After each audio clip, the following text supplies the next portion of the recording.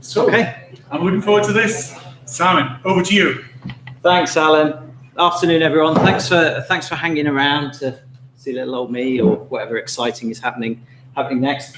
It's kind of unfortunate that we talk about gender diversity, and then I follow our only female presenter to talk about willies. That wasn't designed.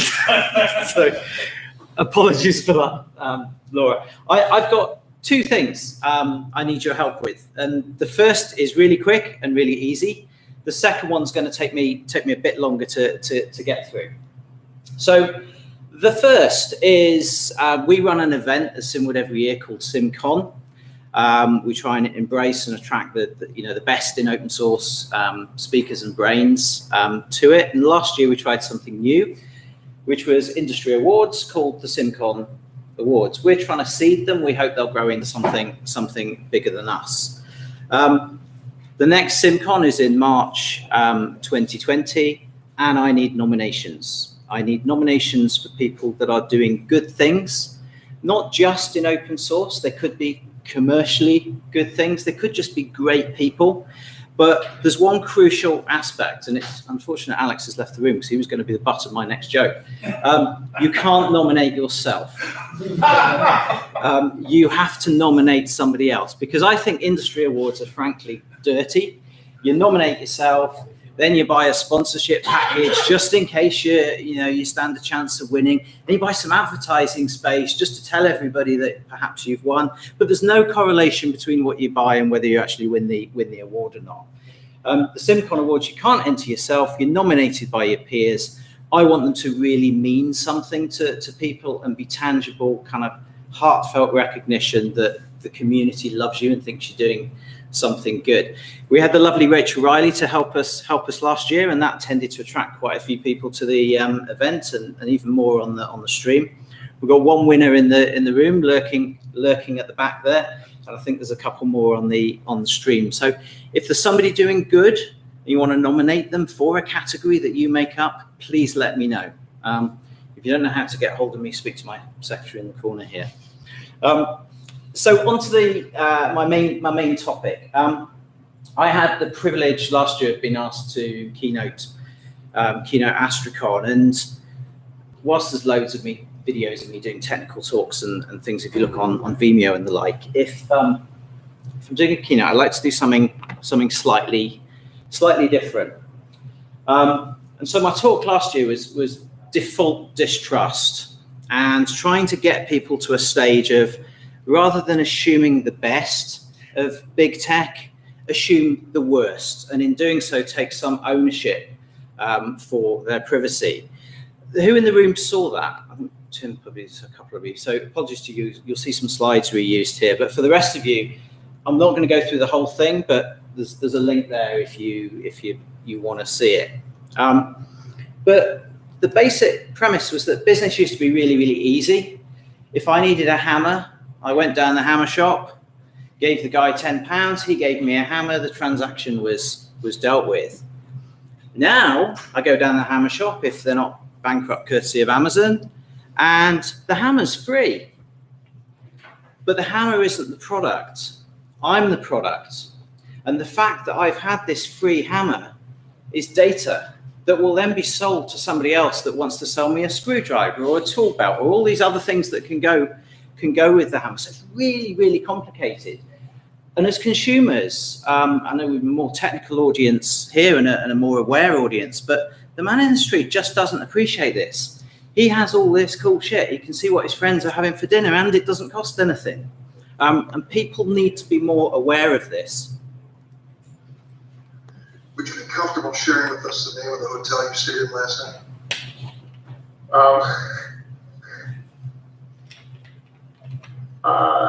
No. If you messaged anybody this week, would you share with us the names of the people you messaged? Senator, no, I would probably not choose to do that publicly here. I think that may be what this is all about. That's exactly what this is about. It's about metadata, and herein lies the difference, I think, between privacy and security. People got very excited and het up in the early days of Gmail that Google was reading the content of your email. Well, that may be so in terms of determining keywords and things, but the real value in your emails and all of your other interactions online is the metadata. And all of these big tech guys, and it's not just the obvious ones we think of, there's probably 200 or so other players that we've never heard of that are in the same game, are assembling what we call social graphs, graph databases that are really, really simple in their design, but in their simplicity comes massive, massive power. And you've got this data structure of effectively a user, an action, and an object. And you can populate that at massive scale with thousands of data points on each of us. You know, Alan visited London, Laura presented at TAD Summit. And from there, you can query with immense kind of granularity, and it's perfect for selling advertising, and it's perfect for building profiles. And at Astricon, I demonstrated a little concoction for the event called the Astracutor, which was Dan Jenkins helped me make it WebRTC-able because it was Astricon. But fundamentally, I socially engineered some of the luminaries in the audience, and was then able to track them over both Bluetooth and Wi-Fi. I only socially engineered them over Bluetooth, but was also able to track them over Wi-Fi due to a linkage between the two. Detected they were present and did a mock kind of targeted assassination. And I built up to this.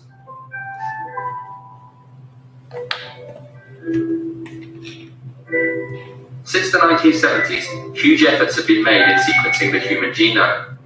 Today, after many years of research and billions of data points, that sequence is known. By adopting a similar perspective with user data, we may begin to better understand its role. Just as the examination of protein structures paved the way to genetic sequencing, the mass, multi-generational examination of actions and results could introduce a model of behavioral sequencing. As gene sequencing yields a comprehensive map of human biology, researchers are increasingly able to target parts of the sequence and modify them in order to achieve a desired result. As patterns begin to emerge in the behavioral sequences, they too may be targeted.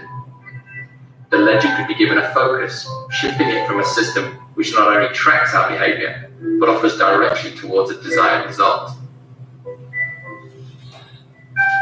We are at the very beginning of our journey of understanding in the field of user data. By applying our knowledge of epigenetics, inheritance, and memetics to this field, we may be able to make mental leaps in our understanding, which could offer benefits to this generation, to future generations, and the species as a whole. That video is called The Selfish Ledger. It's signed off by Google, but they dismiss it in a number of ways. I'd recommend you watch the whole thing. But the key phrase in there is multi-generational species-level behavior modification. And that sounds like sci-fi, but we're already seeing this. Cambridge Analytica, case in point. There's a documentary now on Netflix, which is worth a watch, called The Great Hack, which is an exploration of Cambridge Analytica. Their fingerprints are all over the Trump election. Their fingerprints are on the Brexit result. And they admit to influencing multiple elections in Africa, both in the positive, but also in the negative. There was one election where they persuaded all the black kids not to vote, and the Indian kids went out and did what their parents told them. So hence the pro-Indian party got in. So this is real. This is happening, and these things are fed on user data that we're all willingly giving them.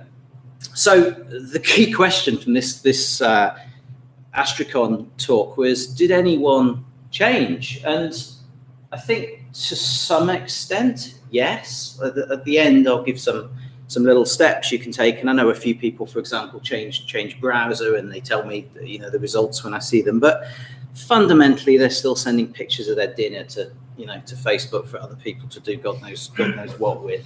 For what purpose, I don't know. Maybe I'm getting old. So I thought I'd try again, because whenever I've raised this topic before, I've talked about what they might do to you. And I thought we'd have another go talking about what I will do to you, because I thought that might resonate slightly more with the audience. But before we go there, let's take a little bit of a poll. Now, your arms are going to get a workout here, I hope. So who feels they have an acceptable level of privacy today? Okay, so no, Laura, thank you. Laura's brave and putting a hand up. I suspect the rest of you probably don't want to put your hand up because you think I'm going to pick on you.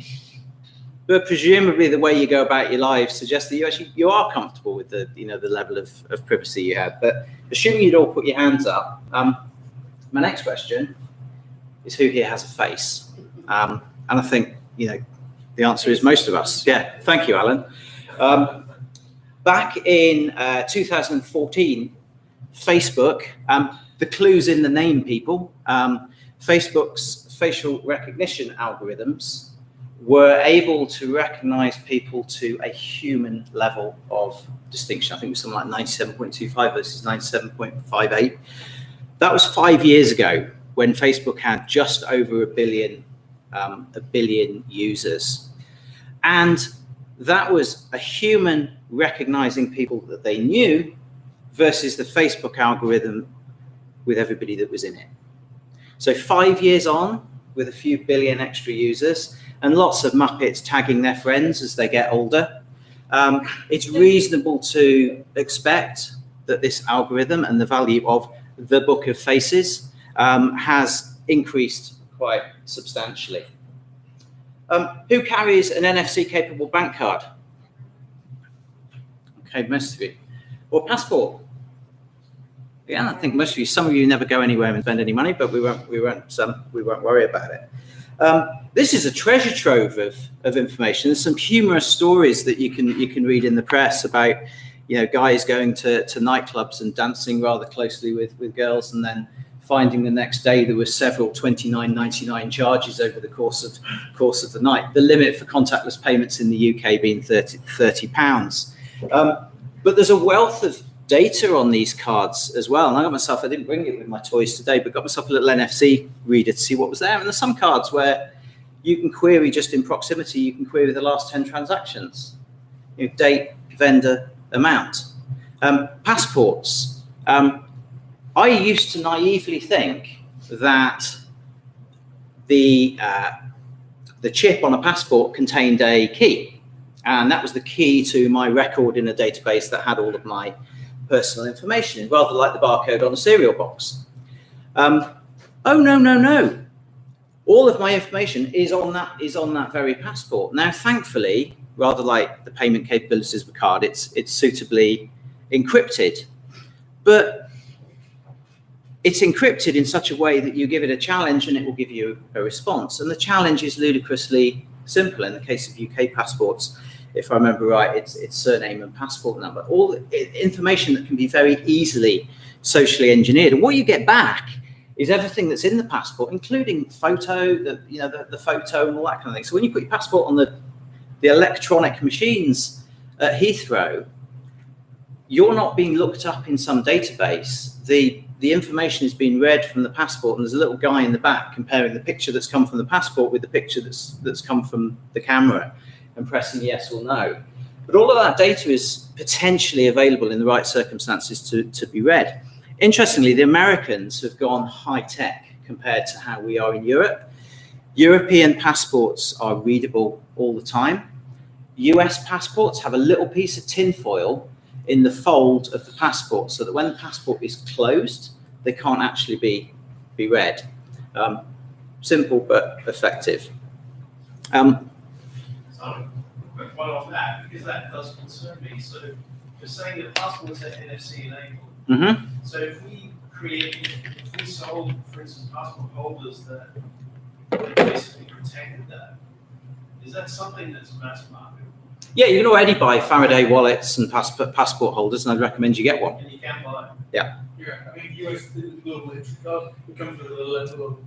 Yeah. Well, But there's various apps you can download to query your own passport, and I'd recommend you do it. Same with bank cards, and just see the data that is there. Now, Wi-Fi. Who's on Wi-Fi? Most of you, more than have got passports, it seems, which is a sign of the times. Wi-Fi is a treasure trove of of data, not only those using a public hotspot such as this being completely unencrypted, but the fact that you're using that hotspot and the data that you're exposing to the hotspot provider as you hop on and off networks around the place is hugely valuable metadata. Of course, the content of your use of that Wi-Fi is available to those that care as well, but the metadata is quite interesting. I'm going to come on to Wi-Fi a bit more.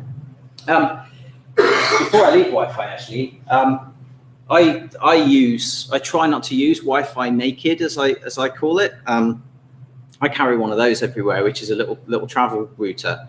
So if I'm in the hotel or on a plane, that's what connects to the public hotspot. And then all of my devices connect to my little access point.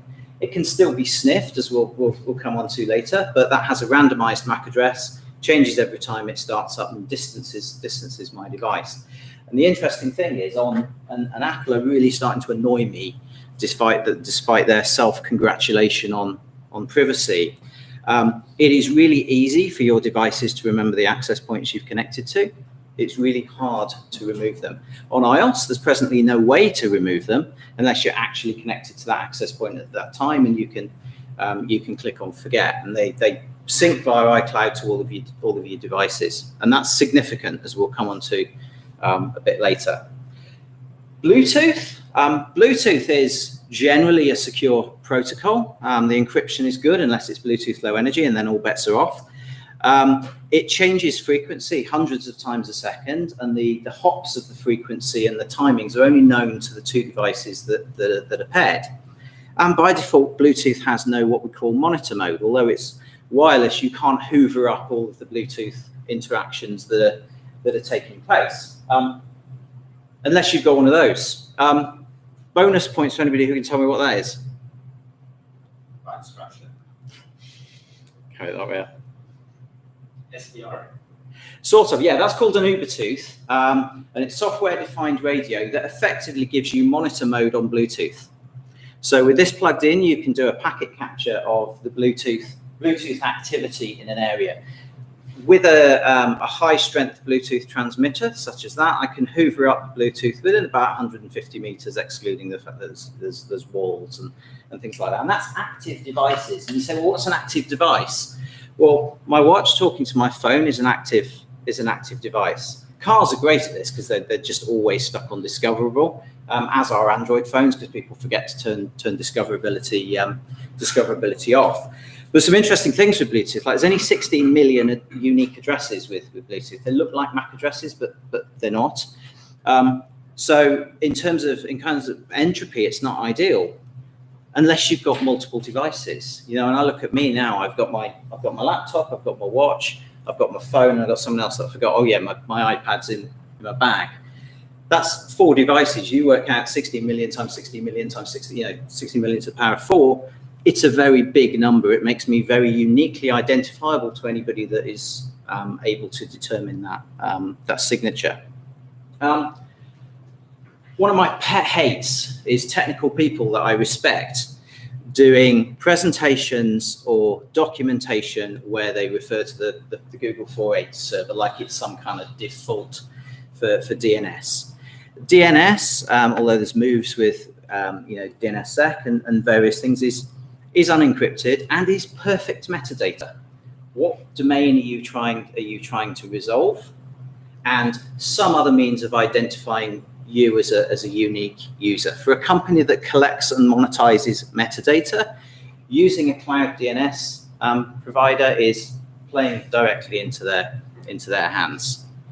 And similarly, who has a web browser? I think most of us. I exempt those that have listened to me before and used Brave. I'll come on to Brave. The web browser is our point of access to all of those things. It is the point at which all of the anything is decrypted and encrypted. It's the gateway to the user interface. And there are those that say, oh, well, I don't use cookies, therefore can't be tracked. The cookie is irrelevant nowadays, except in scenarios that we'll come on to later. You are, and I say are, uniquely identified and uniquely tracked based on various fingerprints in your browser, with or without cookies. And if you want to experience that and see more of that, go to browserleaks.com, where you will see that unique plugins, including fonts and things on your machine, give it a unique hash that JavaScript running within a page can determine. And I would remind you folks that many websites have either Google Analytics or a Facebag like button embedded within them, and therefore have a capability to do this. And who has any apps? Or Steve's not here, so I can't use that one for the older people in the room, applications or programs. There's some horror stories around this from the usual suspects, but there's also some big red flags. Why on earth would anybody want to install software originated by a company whose business is data collection and give them user level access to a device and environmental level access to a device when their own privacy policy stipulates that they will collect sensor data? Now, to my mind, whilst you may be led to think that sensor is a thermometer or something like that, to my mind, a microphone is quite a good sensor. A camera is quite a good sensor. My Wi-Fi card and devices around me are quite good sensor data. I run a little outbound firewall on my Mac here, and it's kind of horrifying, the connections that so many apps make because they embed libraries from the usual suspects. This is Spotify, which I'd add I pay for, so I don't expect to be the product. But the fact that there is a dozen or more connections there to all parts of the world every time I fire up that application that I pay for kind of annoys me. The fact that I can block all of them, apart from those from the parent domain, with no disruption to the function of the application, says to me that they are not doing anything useful for me. So why are they there? I can't see these when they're on a mobile device because I don't have that same level of access. And finally, there's been a few interesting talks about this. Who has a listening device in their home or various cloud-connected, IoT things? Why? Is what I can't say any more than that. Why would you buy a listening device from a company whose business is data collection? Keeps the kids entertained. Now, there's some amusing but nevertheless kind of scary, horror stories out there. But these things really worry me. And it astounds me that people being able to get the weather forecast while they're making a cup of coffee rather than looking at their phone while the kettle boils is just cause. And the fact that these things are going into bloody toilets and hotel rooms and whatnot is even more scary. It is a black box from a company whose business is collecting data. We don't know what's in it. We don't know what it does. In terms of the future, we don't know what it's going to do in the future.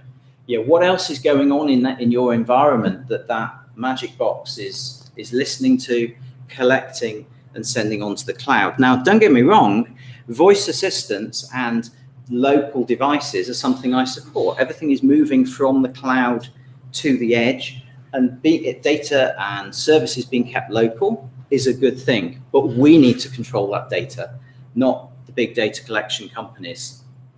And lastly, I think most of us probably have a smartphone, so I'll draw a line under getting you to stick your hand in the air.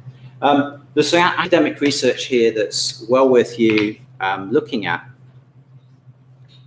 It's quite a long read, but it takes it contrasts Google and Google software on iPhone, and on a Virgin install, looks at the extent of data that is sent back from the device. Now, of course, it's encrypted, so they don't know what's in the data. But the fact that it's so much, 11.6 megabytes per day or 90 requests an hour going back to Google from a Virgin Android device. Why? What for? What are we giving away?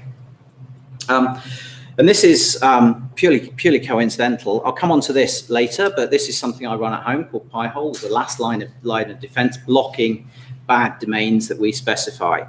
Usually my percentage blocked is about 6%. Because of other things, that's lower than normal. I've seen people out there hitting kind of 60% of requests being blocked. But this spike was when I was doing some research for later in the presentation. And I can't remember what site it was, but it was spewing out thousands of requests to a certain people tracking website. But the volume of requests is the thing I wanted to, to draw your attention to there. 6,000 requests in 24 hours blocked, 310,000 permitted. This is on my home network. My other half isn't particularly technically adept. The kids don't. They're on their iPad, one's on the iPad, strictly rationed. So this is me. This is my phone and my laptop. But actually, when you look at the top requests, the top 10 are all devices within the house. So-called smart devices. And as you'll see later, I don't allow devices that connect to the cloud. So I've got a bit of, a bit more research and things to do there. So none of you put your hand up before, but who feels more or less private than they did 10 minutes ago? So let's come on to my my space penis. Before I go here, a little health warning. Much of what I'll talk about is illegal. It's certainly immoral, and therefore it's for the benefit of Ofcom and other people. It is entirely hypothetical and educational. I wouldn't possibly do this in the in the real world. If you're outraged and offended, don't take it out on me. Just change your behaviour. Take ownership for your own data. Change. So, my space penis. I live on a hill, which is that one. The spherical object to the right. I've just bought another one, and I have this kind of childish side of me that thinks at some point, maybe if I fall out with HMRC and I need to send them a schedule of assets, it would be brilliant to have legitimate cause to send them a willy. So that's kind of where I'm building towards. As you can see, I've got a fairly crucial part to fill in yet, but that's the basis of it. I live very remotely. I have 3 young daughters, who the oldest is 6, the youngest has just turned 2. If they're anything like their mother, give it 6 or 7 years, and there's going to be lots of boys hanging around. That's not to cast any kind of aspersions. I mean, they'll be beautiful. So that gives me kind of 6 or 7 years to dig several miles of moat and import a few alligators. Or I need to come up with alternative solutions. This is the practical problem that I want to solve by, frankly, violating people's privacy. So what I want to know is, how am I going to detect that somebody is on the land? How am I going to track them across the land? And the real creme de la creme is, how can I identify them, a complete stranger coming onto my land? Well, the first and obvious measure when you talk about security is a camera. And incidentally, trying to buy an IP camera that doesn't depend on the freaking cloud is really, really hard. And I know Tim's working on this, and I can commend him for his work. But these are what I bought at home. They're about the only ones I could find that didn't rely on a cloud service. And I wanted that for 2 reasons. One, because our use is, my middle daughter suffers with acute epilepsy, so we need to monitor her 24/7. I'm just not comfortable with pictures of my kids being sent up to the cloud for God knows what purposes, for God knows who. I want to keep it local. But then there's the other aspect. When some muppet has driven into a telegraph pole and I have no internet connection at home, it is ludicrous that I can't see what's going on upstairs. Keeping it local makes absolute sense. But anyway, back to the point. Cameras are an obvious option. And we can do all sorts of cool stuff now, like process them through machine learning. I was reading the other night, there's like a cow detector algorithm you can get for processing video. So detecting people and 4x4s and things should be pretty easy. Well, that was a key thing I forgot to say about the sort of southernmost testicle. There is 2 green lanes that go through it. And green lanes, for those that aren't in the UK, are kind of footpaths that you can drive upon. So if your name's Nigel and you like Land Rovers and you like ripping up other people's land, you go and drive down these green lanes at a weekend. So yeah, I could process this video through machine learning. I could even use, ANPR might not make much sense to those outside the UK, automatic number plate recognition. So detecting the number plate on a vehicle and then looking that up in certain databases. But the problem is that we're quite remote. I've got lots of bandwidth at the house, but not away in the fields, and I'm going to need power. The best I've got is an intermittent 3G signal. So streaming video back is not practically an option. So maybe there's another way to do it, which is by drone. I've had a few drones over the years, and I bought a new one about 6 months ago, and it's amazing. It has a full API. I can interact with it while it's flying. I can give it a route. It will take off, fly the route, and land again completely autonomously. Along the route, this is one of the routes around some of the fields. I can program waypoints, including the altitude. Along the way, I can set the speed, the direction the camera is pointing, and it will just go off and do its own thing. Drones also expose potential for other possibilities. Now, this may be laughable now, but if Labour get in December, I'm absolutely doing this. But there's a couple of problems with it. So although I can interact with it through the API, I can't get it to charge wirelessly. You have to physically remove the battery. What I want is like a giant kind of QI type pad that I can have as a bird table outside. The thing can land on it, charge, go off, do its thing, come back, land and charge. So I haven't sorted that bit yet. And the battery swapping thing is a bit annoying. The intrusive thing, or I should put the girlfriend factor. When I first programmed that flight path that you saw there, I had to prove to myself that it was doing it on its own. So I left it outside. I went in the house, forgot about it, thought I'll come back 10 minutes later and see what it's done, because it'll be really, really cool. Before I'd done that, my girlfriend came in and she looked rather cross. And she'd been out in the fields messing with what she does with her horse. And she's like, oh, you've been flying around my head with that bloody drone and you've been buzzing the horse. No. And needless to say, that was an argument that I didn't win, because the suggestion that it was fully automated and I was actually in the house doing something else didn't kind of lend credence to my argument. The other one from the previous slide is the scope for false positives and frankly killing the wrong people, unless they're Labour voters. So the other option is, what about these passports and NFC cards? So I mentioned that we've got some green lanes and footpaths, and they have gateways. And gateways you can engineer to be a little bit smaller. You can make people perhaps brush past a sensor. And the only problem with this is that they work within about 5 centimeters. So I've got to make the gate kind of really, really small. And Nigel in his 4x4 generally isn't a small lad, because he generally sits behind the wheel all weekend. Now, researchers have got NFC up to about 80 centimeters. So you can get nearly 3 feet, which is useful in some applications, but I don't think it's going to work for me here.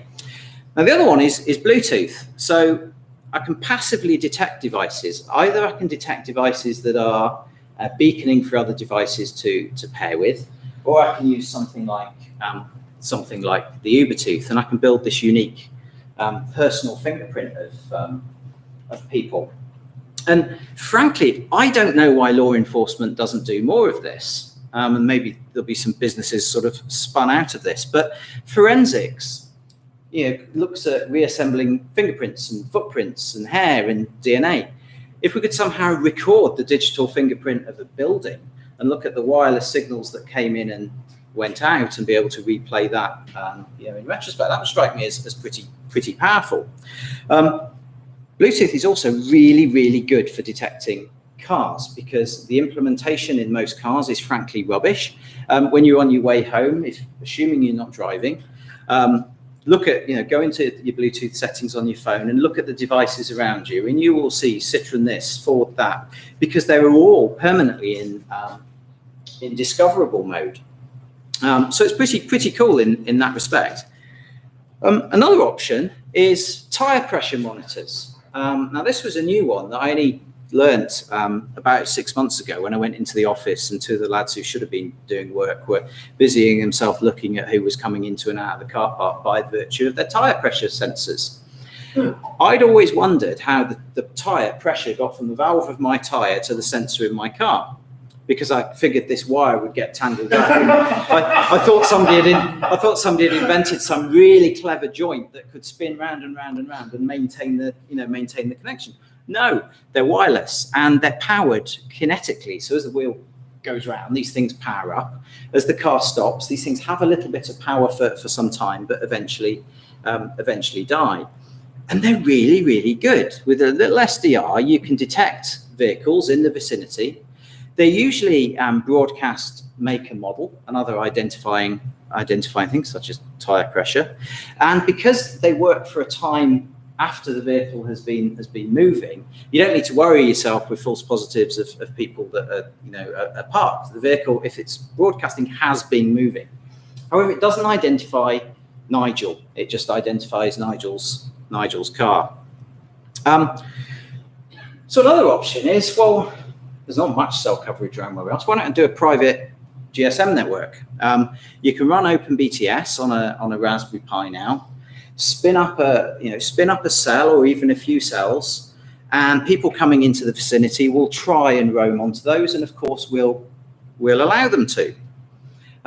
That gives us the perfect man in the middle. We've not only got their voice, we've got their SMS, but we've also got their data. And it is absolutely trivial for me to give them a call or send them a text message suggesting that they go and annoy somebody else. The only problem with it is that SD radio is highly CPU intensive, so you need a high-end Raspberry Pi to do this, and even so, you'll be thrashing the CPU. But it's also slightly highly illegal. But what about Wi-Fi? Are there things with Wi-Fi we can do that are similar? And I think the answer to that is yes. So there's three things we can do with Wi-Fi. And the first one is what's called monitor mode. So Wi-Fi being wireless on a fixed frequency, you're always transmitting to everybody. It may be addressed to a specific station, but it's going around to everybody. So monitor mode is simply turning your wireless card to not ignore the stuff that's not for it. And therefore you can hoover up everything that's in the vicinity. And then there's a couple of others that I'll come on to. But the interesting thing with monitor mode is it's completely passive. Nobody knows that you're doing it. And there's some quite interesting metadata that comes out of it. So you'll see sort of down the left side is the actual access points. Down this kind of second column is the MAC addresses of the devices that are either connected or beaconing. Now, it used to be that those MAC addresses were real and useful and trackable, but credit to Apple and Android, both on Wi-Fi and Bluetooth, they've made it in recent years so that when these devices are beaconing, they use a randomized address so that anybody observing this can't actually determine a user from them. However, especially given that iOS makes it so bloody difficult to remove networks that you've previously connected to, the column on the right is particularly interesting. When you don't have a Wi-Fi signal, a Wi-Fi connection on your device, it will be shouting all of the ones it knows about, trying to connect to them. And it will do so in the order of the most recently connected first. And that gives some really, really valuable metadata. You can profile a person just from the access points that are being broadcast. For example, the BA Lounge, Hooters Wi-Fi, all of that kind of that's just Alan. But take it a stage further. You can search this. This is a community contributed database. You install an app on your Android device, it will collect data as you travel about and put it in this database. 600 million Wi-Fi networks recorded in this database. Google have their own proprietary internal version, assembled God knows how. This also has an API. So when I see your SSID in monitor mode on Wi-Fi, I can query it in this database. And depending how unique that SSID is, I can get back lat and long. So Nigel, when he's trundling about with his phone not connected to Wi-Fi, we can probably see where he works and where he lives just from the two most recently broadcast access points, and that's completely passive. There's then an attack that probably hasn't really been that popular for the last 4 years, 5 years maybe. Although somebody I know did it on a train not so long ago, and it still works on modern devices. And this is when you see devices beaconing for certain access points. You stand up an access point that says, hey, you're looking for the BA lounge, I'm the BA lounge, and then devices connect to you. And what that means is you're then a man in the middle. So all of their traffic from their devices is coming through you, and you can determine some quite interesting things from that, as we'll come on to. But the replacement for that really is the manner attack, which is far more stealthy. So rather than seeing that Alan wants the Hooters Wi-Fi and me standing up at an access point that is called Hooters that you all see, instead I see that Alan's device is looking for that particular SSID, and I respond specifically addressed to Alan's device saying, yeah, I'm Hooters. So none of you see any of that. Alan just suddenly has a connection to Wi-Fi and didn't quite know where it came from. It's an access point that he's previously been associated with. So it's device specific and quite quiet, but also gives us this great man in the middle. And then there's a slightly noisier version of that, which is that you just respond to everything. Why do we want to be a man in the middle on Wi-Fi? Well, there's all sorts of things. If we're not running the 5.8 DNS server, having you on our network and seeing all of your DNS queries, unless you're running DNSSEC, which you won't be, we can see all of those queries in plain text, and there's some useful metadata. What websites are you, or what domains are you connecting to? You can also see your machine name, and this is the same is true over Bluetooth. And it's amazing the metadata or the valuable intelligence that is simply in a machine name. And again, this is something that is utterly stupid that Apple do. Why the machine name on an iPhone is so-and-so's iPhone, God only knows. I was on a train the other day, and it was relatively quiet, and there was one woman in the carriage, and there was also a device near me. I can't remember her name, but she'd taken it a stage further than Apple just putting first name iPhone. She put her full name iPhone. So there's somebody on her own in a train carriage where, from a social engineering point of view, anybody in the vicinity that looks at their phone knows her full name. And there's all sorts of stuff comes from that. It's not good. And then there's the actual traffic. So if we're getting the actual traffic through man in the middle, what can we do with that? Well, the answer is quite a bit. We can have some quite good fun. The first thing is, when you make a DNS request, we can respond with fake data, send you to a fake page, maybe solicit some login details or other information. Any traffic that is unencrypted, of course, we're going to see. We're going to have a full packet capture. You're making a VoIP call, then all of the audio, etc., is fully downloaded, unless you're using SDES, which you won't, because nobody ever listens to me. And finally, there's the manipulation of the SSL. And there's a few things we can do. So you try and access FaceBag. We can proxy that, and we can return a fake certificate, because of course we don't have Facebook's private key, and you're going to get an error message, something like that. Now, if you're anything like my other half, when you get a message like that, you'll do one of two things. The first thing is that, the second thing is that, and the third thing is that. Get rid of that error message as quick as possible. And amongst the more technically astute, that's sort of a half acceptable condition if you're getting free Wi-Fi, because that's the behavior of the captive portal. So although browsers have come an awful long way in preventing this happening, they're still undermined by user behavior. The second thing is redirection from HTTPS to HTTP. I'm old enough to remember when HTTPS was so computationally expensive that if you're running an e-commerce site, you only did HTTPS on the page where people put their credit card details in. And I can remember back in the day when Simwood made our whole website, HTTPS default, people looked at us a bit weird, like, why'd you do that? It's just odd. Now most things are HTTPS most of the time.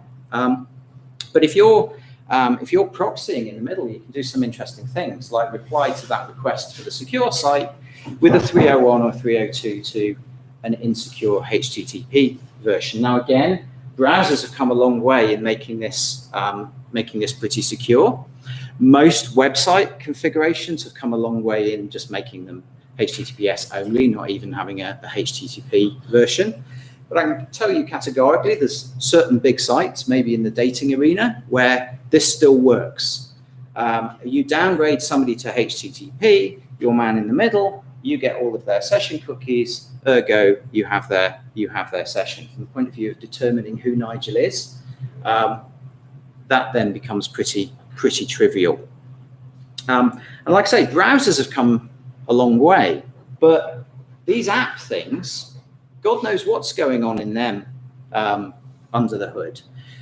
One of my colleagues, we have a door entry to the Lewis store. We have a door entry system from a big vendor, and for people that can't be bothered to carry the little fobs around, they have an app.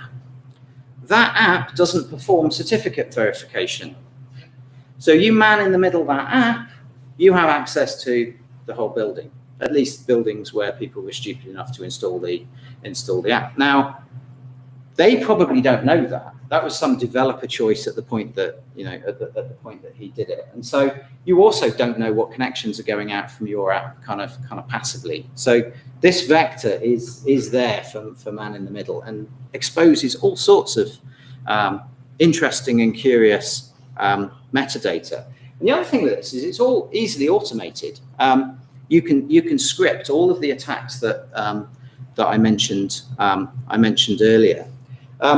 But having spent ages working out how to script them all, I bought one of these. And that is everything that I just talked about in one device. Does anybody know what that is? What it's called? No? It's called a Wi-Fi Pineapple, and they've been about 5 years. Some may say they're a little bit passé, but some of the attacks on there still work. It does all of the attacks that I mentioned just. It does all of the reconnaissance that I just mentioned. It can even do other things like, disassociating Alan with the Wi-Fi that he's connected to, so that he'll try and reconnect, and he's going to reconnect to me. They also do a tactical version, which is fundamentally the same, but comes in like a black tactical pouch, so you can put it on your belt or hang it below your rucksack if you want to do this kind of thing in train stations, airports, all of that kind of thing. Now, I'm not condoning that you do, but this stuff is out there. This is happening to you with alarming regularity that you don't even know about. And when it has happened, we just need one piece of metadata to identify you. All of this data that you've been giving to the cloud for donkey's years, that's gone. That's there now. We can't do anything about that. But if I can stop you giving more and stop you enabling yourself to be identified, that would be a great outcome. But the fact is, beyond the book of faces, there are substantial companies now monetizing the data out there on you that you don't even know exist. And I'm not going to credit them with any kind of links and things, but they work like search engines. So at the weekend, I thought, let's search for the name Alan Quayle. And this is what came back. Now, this is available through an API. This is just the visual representation of it. And the bit that horrified me most was all of the phone numbers, including the home number, the mobile number, all of this harvested from to quote the company that this came from, millions of data sources. What I've missed off here is the 60 odd pages of social media posts and connections. Because what was at the top struck me as pretty scary enough. And I've tried myself and I've tried a few other people, and there's a lot of information there. So our Nigel, if through some of the techniques we talked about earlier, we can get one piece of metadata, we can find out who he is, where he works, what his phone number is, what his wife's called, etc., etc. And that's pretty scary. That's completely passively for all of us as we're walking around with all of these devices shouting, hey, this is me. And because it's available in an API, it's perfectly scriptable and perfectly templatable. So in our scenario, there's some interesting things that we can do with it. So, what can we do to make ourselves safer and better? Are you willing to change your business model in the interest of protecting individual privacy? Congresswoman, I'm not sure what that means. The safe assumption, if you forgive my language, is that those bastards are going to do nothing. They're going to keep collecting as much data as we choose to give them. And that data is going to not only affect us, but affect subsequent generations. We have to take ownership of it. And your technical people, your auntie and your plumber mate down the pub won't know any of this. You need to educate people. We as a community need to educate people. But the best way of educating people is acting, living what we preach. And the main thing, I know we talk about, content of transmissions, but protect your metadata, because that's what they want. Now, obviously, protect the content of your transmissions. That's security. I'm not talking about that today. I'm talking about privacy. And privacy is about your metadata. And there's all sorts of things you can do to not only protect them, but to mess with them by, your metadata being frankly wrong. And the amount of days I go out as Alex Kinch is amazing.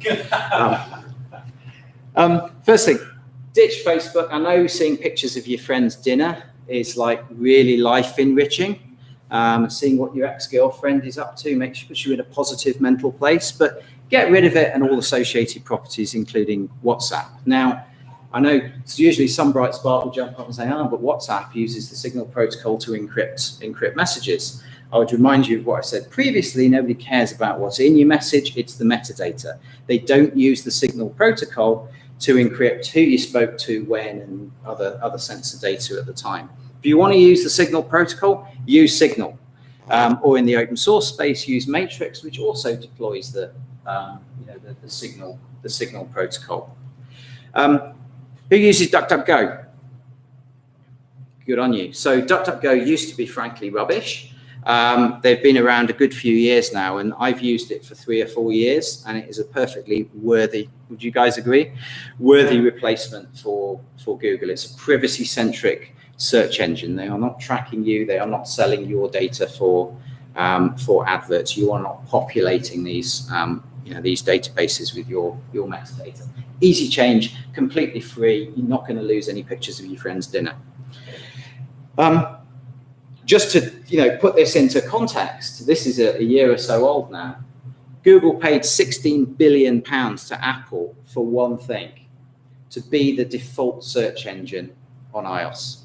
That shows the value of you and what you do on your devices to these companies. I would like to make it a collective mission for them never to see ROI on that. Use DuckDuckGo and some of the other things, and you take a step towards that.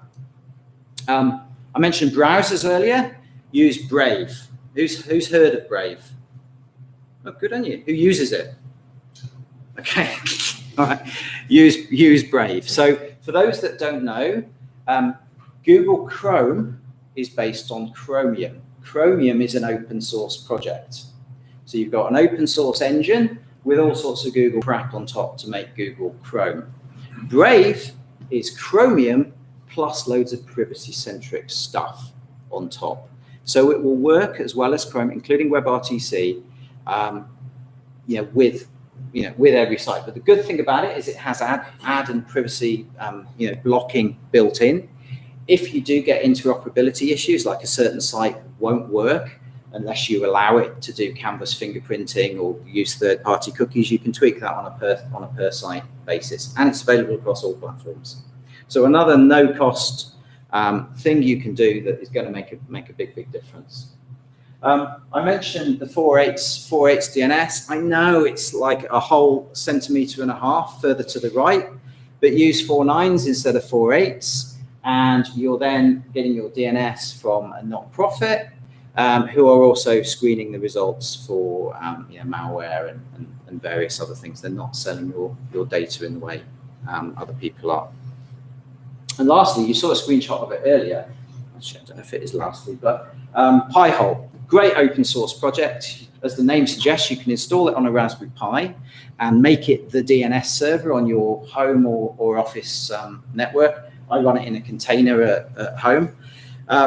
You choose which block lists to install, and they're all community-based. So the one for Facebook alone is like thousands of domains long, but there's some out there for the NSA, for GCSU, whatever floats your boat. You can find a block list for it for Pi-hole, and you can turn them on and off yourself. And all it does is it acts as a local DNS server, and if the domain is in one of the block lists that are automatically updated, then it just returns you a null result. So it means all of this crap within the apps and within websites that are calling home, exporting your metadata, cease to work. And you get a really nice GUI for seeing what's being blocked. The next thing, particularly when it comes to Wi-Fi, is VPN everywhere. Now, as you saw from a screenshot a while ago with Lenovo or whatever it's called, I wouldn't advocate using an unknown third party to centralize all of your user data, particularly one that advertises on the telly. You don't know what they're doing with it. Roll your own. Now, there's some privacy consequences that come from doing so, but that's a whole other talk. But if you were to VPN into that Pi-hole that you've set up at your own house, you're going to yield massive benefits. If you haven't heard of WireGuard, look at it. It is the VPN of the future, frankly. It is open source. It's a tiny code base by comparison to some of the big bloaty ones. It is super performant, and it's also stateless in the way that kind of Mosh is to SSH. So on a mobile device, it is the only VPN protocol that I've ever come across that you kind of don't know is there. As you drop between cells, as you go from cell to Wi-Fi, it frankly doesn't care, whereas some of the others have to reconnect and re-authenticate, and are frankly a pain in the bum. So look at WireGuard. And then we come on to the home and all of this stuff that we feel a burning need to buy to send pictures of our kids up to the cloud. And there's been a bit of a mission of mine for the last sort of year or so to get that down to nothing. And the bedrock of that is Home Assistant, which is also open source. We'll talk to all of these devices, whether they are spewing to the cloud or not, and offers a great local and controlled and open source alternative to pull this stuff together. I was quite touched to hear about Node-RED yesterday, because I thought Node-RED was my sort of secret weapon. Node-RED with Home Assistant works brilliantly for doing automations, and I've got some kind of crazy automations that reprogram the car based on where my location is and all sorts of things, all in Home Assistant and Node-RED. And you can buy off-the-shelf kind of cloudified switches and things. You can flash the firmware, you can put MQTT on them, you can link them with Home Assistant, do some really cool stuff. Which brings me on to the next point, which is inspired by, Mr. Panton here. And I think it genuinely is inspired by Tim, because I kind of missed this whole, I've been around a while, and I missed this whole phase. I used to code locally, as Steve was talking about, from books, putting in BASIC and from magazines. Then I discovered the internet, and everything I've done from that point on has been, distant on some server somewhere, with the internet being being a protocol. And it was one of Tim's workshops a few years ago that had me doing local stuff with a Raspberry Pi, and kind of thought, shit, this whole thing has passed me by. And now I think in a kind of sort of make a local first way, I talk about buying switches, flashing the firmware, which involves a bit of soldering and controlling what's on them. But to bring up kids again, what great thing to teach them, rather than teaching them, oh, we're subservient to the cloud, let's buy a magic box and it'll do everything for us. Get an Arduino, get a Raspberry Pi, build a bird box that they can, that they can look at over WebRTC or whatever. That's a really, really worthy thing to do in so many respects, not least our own privacy. So with that, that's me. Thank you for listening to me, and thank you for staying around. Excellent.